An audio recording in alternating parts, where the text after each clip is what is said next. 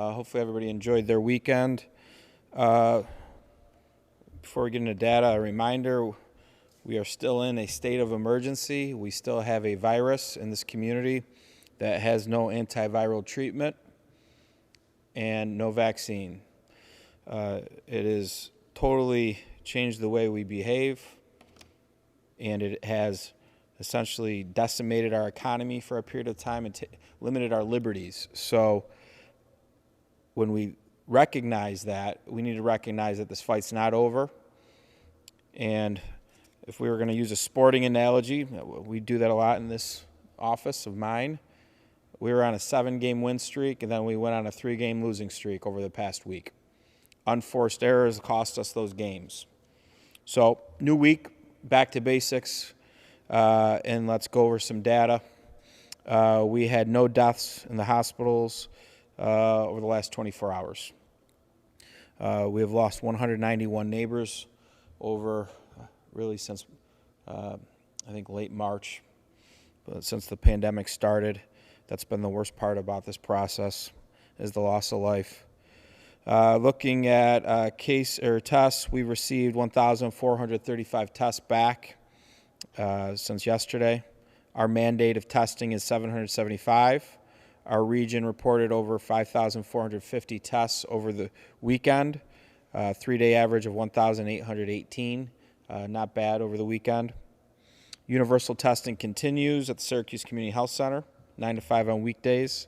You also can receive testing at your physician's office and at urgent cares. We have been working to get our mobile testing site up and running in a more proactive way. Certainly the lab capacity throughout the country right now on turn times is having an impact on testing turn times. This should not be a surprise. All of these different labs are working on boosting their own capacity, but other states have had outbreak, very similar to what we saw in downstate New York in the beginning part of this process. So that is limited capacity. We're working on bringing on new partners to create more testing, but in addition to that, to help speed up turn times so that our tracing efforts are in more of a live time scenario. That's how we're most effective in this. So a reminder, if you are symptomatic, you need to get a test. If you are symptomatic, you go into a quarantine until the test comes back. Whether it's 5 days or 7 days or 10 days, that's the law, and we will be enforcing the law. And related to quarantines, just so everybody understands, just like we get emails on masks at retail stores and especially retail stores, if people aren't wearing masks, we're getting emails about folks who are supposed to be in quarantine that may or may not be breaking it. Believe it or not, your neighbors call us on these things. So if we're investigating this now, and we're working with the district attorney's office on this. Please don't be that person that's breaking a quarantine when you shouldn't be. Don't be the person that gets made an example out of. That's my plea. That's the warning. Looking at hospitalizations, 48 individuals are hospitalized, up 1 from yesterday. Out of the 48, 26 individuals are from a memory care facility that we talked about. That was one of our large clusters from over the past 2 weeks. Most of these individuals are not sick enough to be in a hospital, but due to their conditions, the dementia, the safest place for them to be and be monitored is in the hospital. Out of the 48, 12 are waiting for a test to return to a senior living facility. Out of the 12, 6 of those are not from the memory care unit. So when you back out these numbers, how many people are in the hospital needing COVID-type services because they're in a bad spot, the number is about 18 individuals.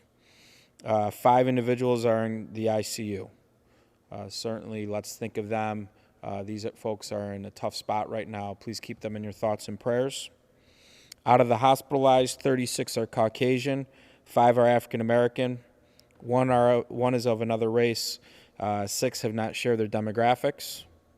Looking at positive cases, we now have 3,024 positive cases since March 16th. That's up 12 since yesterday. Out of our 12 new cases, 2 are household contacts of previously confirmed cases. They were under a quarantine to begin with, so that is good. 3 are cases are from our senior living facilities. 1 is of an unknown origin at this time. We're still contact tracing. 6 are related to community transmission, and out of those 6, we know the source of, let's see here, 4 of the 6 we have now traced the known source. 2 of those are an unknown source. So overall, the positives, a good number. I think we got complacent going into the 4th of July weekend. A lot of good weather. We made mistakes. We can't afford to make these mistakes. There's too much at stake. We have schools hopefully reopening around the corner. We have businesses that everybody emails me and wants to get open. I continue to fight with the state to help get these businesses open. Certainly the best way we as a community can work together is to do what works. Physically distance and wear a mask. We're presently monitoring 288 active cases, down 54 since yesterday. Our lowest number of active cases in a long period of time, I think back since April. So we had 66 recoveries since yesterday. So this is very good news. We almost have 10 times more people that have recovered from COVID than active cases. Looking at our cases, 1,773 are female, 1,249 are male, 209 are under 19, 543 in their 20s, 410 in their 30s, 363 in their 40s, 458 in their 50s, 363 in their 60s, 278 in their 70s, 249 in their 80s, and 151 in their 90s. Our under 19 demographic is driven by 17, 18, and 19-year-old cases. Over the last 30 days, that number's up almost 100. We have seen clusters related to these young people getting together, not wearing a mask when you're within 6 feet. This leads to problems. So we know this, we learned this, we need to get our young people tested so that many of these young people are going to be going off to college. We don't want them going to college, being asymptomatic of COVID, getting a test when you're at college, and spending your first 2 weeks in your new dorm in a quarantine. Those are exciting weeks for our young people, so we need to be smart. Let's get everybody tested. Let's find these hidden pockets of this virus. Also looking at this, back to school, we heard the governor talking about it. There's going to be guidance about that. Certainly, we support the data-driven approach. We'll continue to work with school districts related to testing and working to really make sure that, just like colleges, that back to school for the adults, certainly testing should be a big piece of what that looks like. Certainly, the 5% infection rate, which is what it sounds like it's going to be, is something that we're well below now, but you can see how things could get out of control under certain circumstances. And again, I just want to reiterate, breaking quarantine is going to have consequences. Please do the right thing. You're in a quarantine because you had direct contact with somebody with COVID-19. There is no cure to COVID-19. There is no consistent treatment for it. So there may be a chance that you're carrying it. And so we need you to stay home, follow the rules. Again, people are sending us lots of different notes. They're all being investigated related to quarantines, and people will be made an example out of. This is not okay if you had direct exposure to this virus and then are out and about in the public. So again, I'm going to reiterate that. We are taking this very seriously. We talked a little bit about schools, excited about that. Just wanted to focus in on economic recovery. We've talked a lot about budgets. We've talked about impacts on that. We can take questions on that. But certainly there are a lot of things still going on in the community that we're very proud of. We talked about the logistics facility with Amazon in the town of Clay. If you've driven by there, a lot of activity, hundreds of people working on site. I'm happy to announce another project today. Ultra Dairy, one of our great family-owned businesses, is going to be having a Phase 2 expansion. Right now they're finishing up a current expansion. Their Phase 2 expansion will be related to aseptic processing, so they can package their product and send it out for extended periods of time to other places. We know how important food security is. This is going to be a $28.5 million capital investment that Ultra Dairy is going to move forward with, retaining 198 employees and creating 64 new jobs. So even though we've been hit by a pandemic, we've been hit by a virus, we continue to see our companies succeeding, and we continue to every day track down new economic opportunities to create economic opportunity for all our residents. Saying that, I'd be happy to take questions. Quarantine, what would be the consequence as far as fines and stuff? Do you have a number? I think it's a $2,000 fine. And so we've researched, concerned about trends other counties have had with contact tracing. We haven't really seen that yet. We're researching that. We've gotten information about folks that have potentially broken quarantine. We're investigating that. We're not okay with that at all. These folks could be positive. They're in a quarantine because they've had direct contact. Direct contact isn't even this room, right? We're not having direct contact right now. Direct contact is something much, much closer, much more intimate than that. So we really need these folks to do their civic duty and to stay home so that they don't spread it to other people that they know and love, but also the community at large. And you're just going off of what people are emailing into you, calling? Yeah, so the process is every person that goes into quarantine, right now I believe we have about 490 people in quarantine. 490 people in quarantine. They get essentially what is a sheriff's order from the health department saying this is the law, you need to be there. There's no ambiguity about what you're supposed to do. And certainly if individuals have questions, they should ask those questions. So it's important to know that this is something they know they're making a conscientious choice to break quarantine if they do it. And we've had multiple complaints. They're going to be thoroughly investigated, and certainly we'll work with the district attorney's office on this as well. Ryan, the numbers today weren't terribly alarming. You had 12 new positives, and the hospital cases are steady. Could you say a little bit more why you think we're on a 3-game losing streak? Yeah, if we had 3 clusters that really one of them we're going to run into. We've learned about how this virus is brutal on facilities.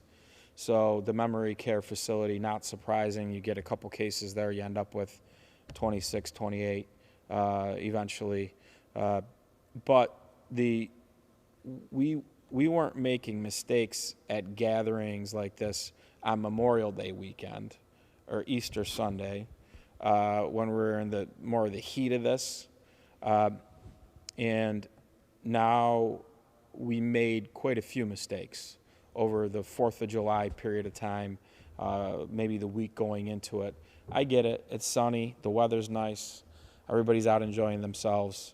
And I'm not saying don't do that. What I'm saying is if you're going to be within 6 feet of somebody, whether you're on a boat or whether you're on the beach, wear a mask.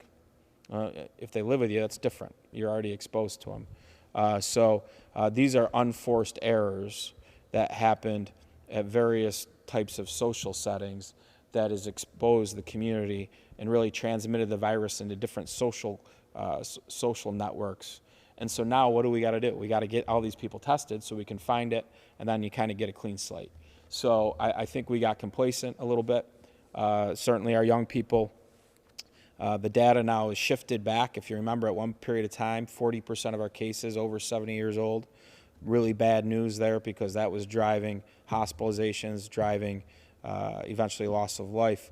But when the infection rate of the community is a barometer for opening up schools, and it's a barometer clearly looked at by different communities about your economy being reopened and staying reopened, it's everybody's job to do the right thing and be smart, even if you don't get that sick if you get the virus.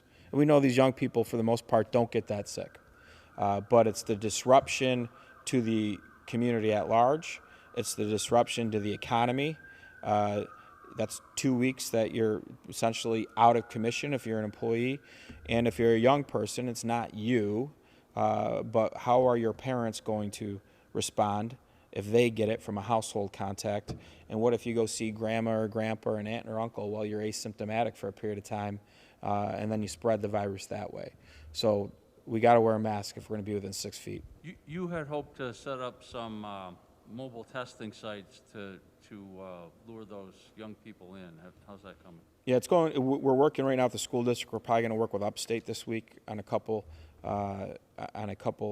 sites at Upstate to drive for this week, and so we'll communicate with some of these school districts out, our larger ones, to try to really get kids and families there that may have had, even if they haven't had direct exposure, if you know kids, and these, we're a small town, so everybody knows some of the families that now have people that have it. So even if you know them, just go get a test. You never know.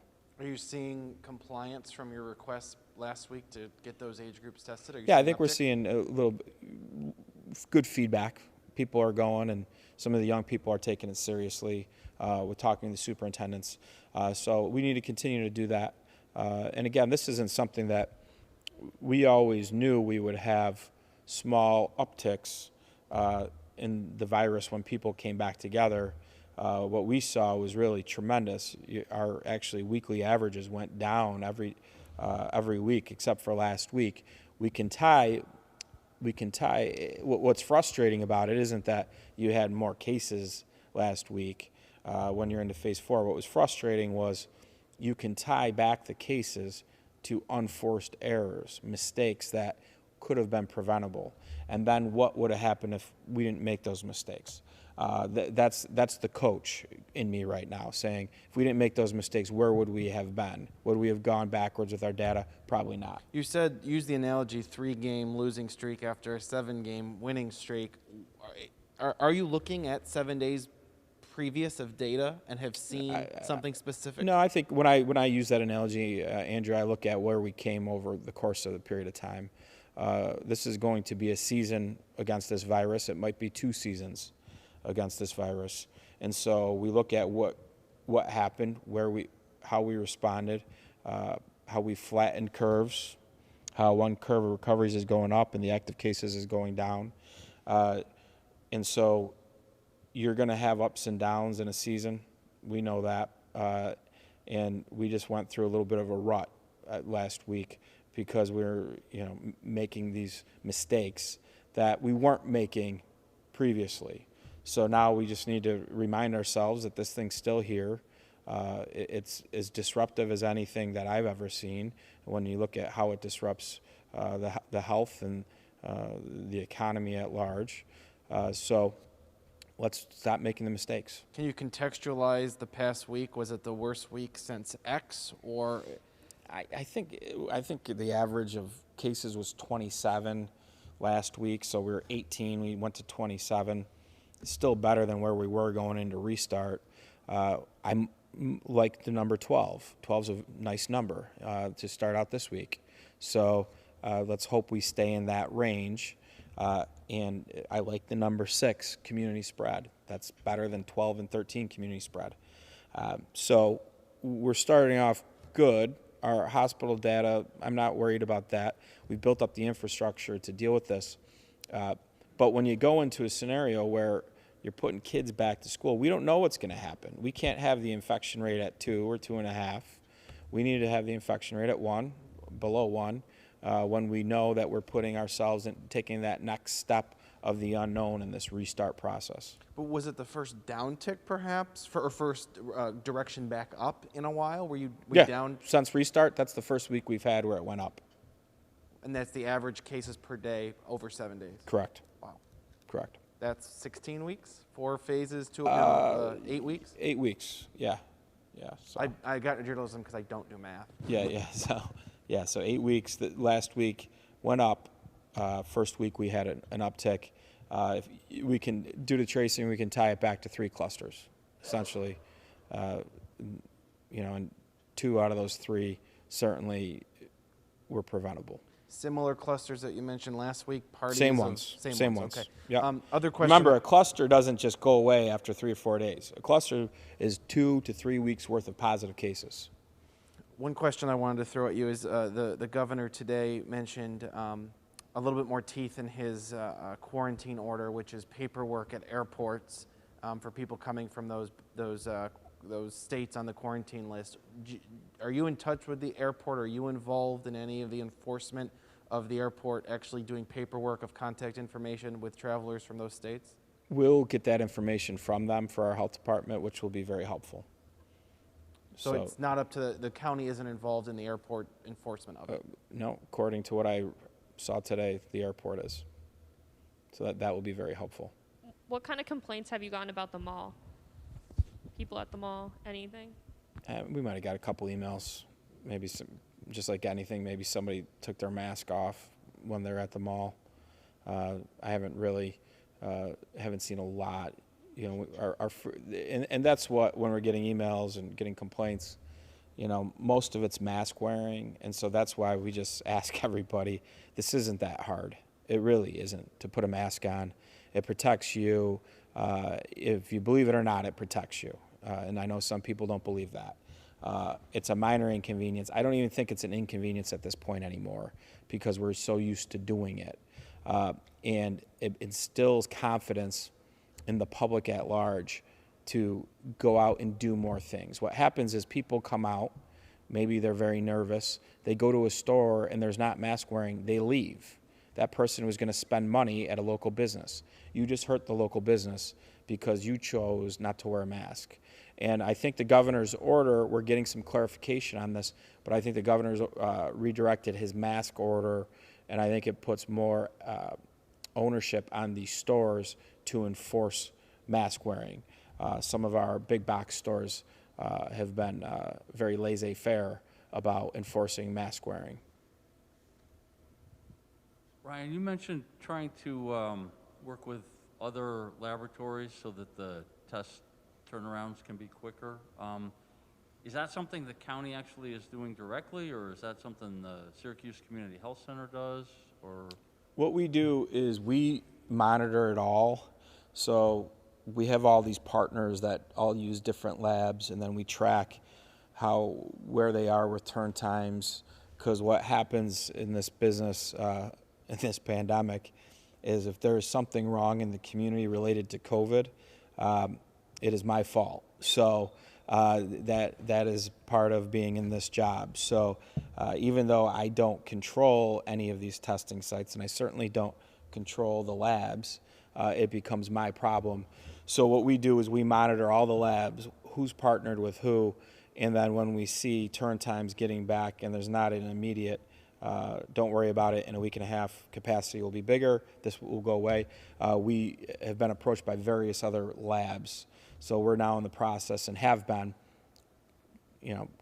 really looking at references, making sure if we're going to recommend somebody to work with somebody, they can do what they say they can do, making sure they still have the turn times that they promised they could 2-3 weeks ago. And certainly we're hopeful that we'll bring on some more lab capacity to do some more things that we need to do. When the colleges come back, we need to test the kids. When schools are going to start, I believe we need to test the adults and maybe test the teens. So these are things that we want to do. To do that, we can't have 7-8 day turn times. We got to have better turn times. well, even now, that's got to be difficult to contact trace if the It is. information is 8 days old. Yeah, it's to the point where if you're symptomatic, you're just going to be you're in a quarantine anyways. But even if you're symptomatic of COVID, we still want you to get a test, but we're going to treat you like you got COVID, pretty much. Senator Schumer was in Oswego County today. He seemed hopeful that Mitch McConnell is now on board to give direct funding to localities, counties, towns, villages, cities. Are you getting that same impression from your contacts, and how do you feel knowing that June was your deadline, but the energy tax perhaps helped you delay layoffs? Yeah, we took more austerity, so the austerity is very painful as well when you look at the demand from the public for certain things.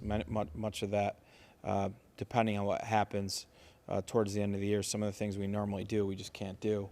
But I think there will be a bill. I don't know what it's going to look like yet, so I can't really say what it does for our whole. Will it help us so we don't have to have any more disruptions in the workforce? Will it be just a 2020 bill, or will there be some help in 2021? Remember, our revenue is going to be off $40 million probably at least. And unless there's a vaccine for this virus, much of what is driving costs this year will also drive costs next year. So is it a 2020 bill? Then we'll assess what it does. Hopefully we keep the workforce intact or small adjustments.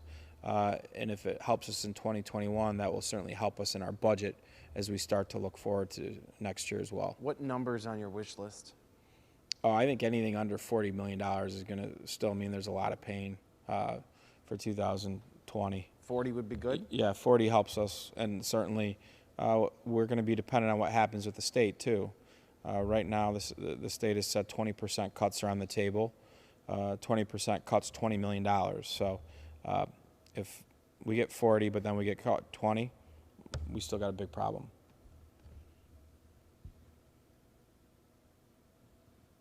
Has Ultra Dairy come to the IDA to ask for benefits for that project? I believe they'll be there tomorrow, and looking for benefits. I think the community benefit pilot agreement is probably what they're aligned for. They have already a phase 1 expansion that will be done in 30 days. So they've been doing work there. They're going to quickly turn around and start their phase 2 expansion. Again, $28.5 million is a hefty investment, and then 64 new jobs with that. So every time you get a project like this, even if you give up a little bit in real estate taxes to get it done on the new improvements, remember, you never give on a pilot. People forget this. On a pilot deal, you always pay the existing taxes. It is a discount on the growth in the assessment that the companies get. And what do we get? We're going to retain the employees. We'll get 64 new jobs and $28.5 million invested, which almost all of that will go to local labor and local suppliers. Is that 194? Is that their current employment out there? 198. Yep. 198. The 490 people you said on quarantine, does that include people traveling in from out of those governor-sanctioned states, or will it start to now that there's a paper trail? It's a good question. I'll get an answer for you. I don't believe so, but probably keeping track of a traveler quarantine, something that I'm sure Dr. Gupta's team is doing. I just don't have it on this. I don't think it's in this number, but we'll confirm that. Has anyone been fined to this point for breaking quarantine? I don't believe so. I believe I can tell you, I know that it's one thing if you call and say, Jane next door is breaking quarantine. It's another thing if you call and you have a picture of Jane walking the streets in a village. I may have pictures of someone walking the streets in a village, and if we do, we will certainly share those with the proper authorities. And the district attorney would be the one to enforce some of these? Yeah, legally? we haven't had to do this yet, so this is an executive order. We haven't done this yet, so we would have to figure out how you do it and what's the proper way. So hopefully we don't have to do this. This is ridiculous that we're having this conversation at 3 o'clock on a Monday.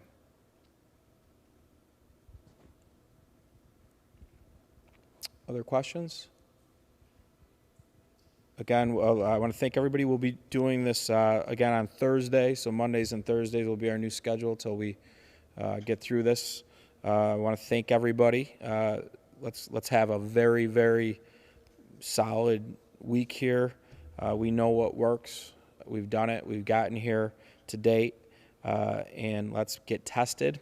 Let's get our young people tested so that we can find these hidden pockets and move forward and look forward to more good news on restart And certainly, I think today was good news for families seeing some light at the end of the tunnel when it comes to schools. So please be safe.